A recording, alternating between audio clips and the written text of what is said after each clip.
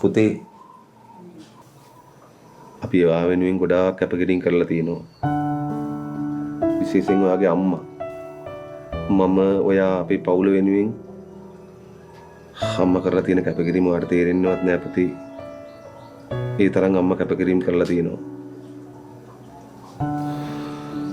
ඒ කැපකිරීමට ඔයයි මායි ණය ගැති. කවදාවත් මුල අමතක කරන්න එපා පුතේ. එහෙම ගමනක් අපි කාටවත් නැහැ. අනිත් එක තමයි ඔයාගේ ගෞරවය.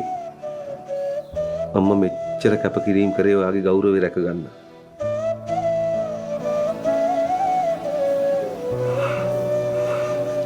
මං කවදාවත් හිතුවේ නෑ දිලු ඔයාගෙන් ওই වගේ දෙයක් අහන්න.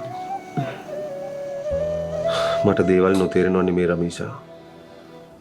ඒත් මං ඒ ගැන කතා කරේ නෑ. පින්කි මගේ පුතේ කවදාවත් ආයේ වැරද්ද කරන්න එපා.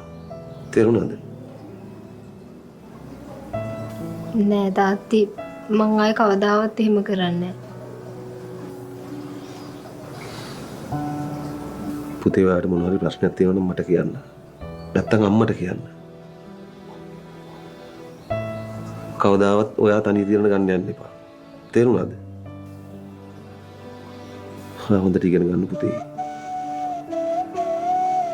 ඔයාගේ අනාගතේ හොඳ වෙන එක තමයි අපේ සතුට. මං දන්නවා තාත්ති.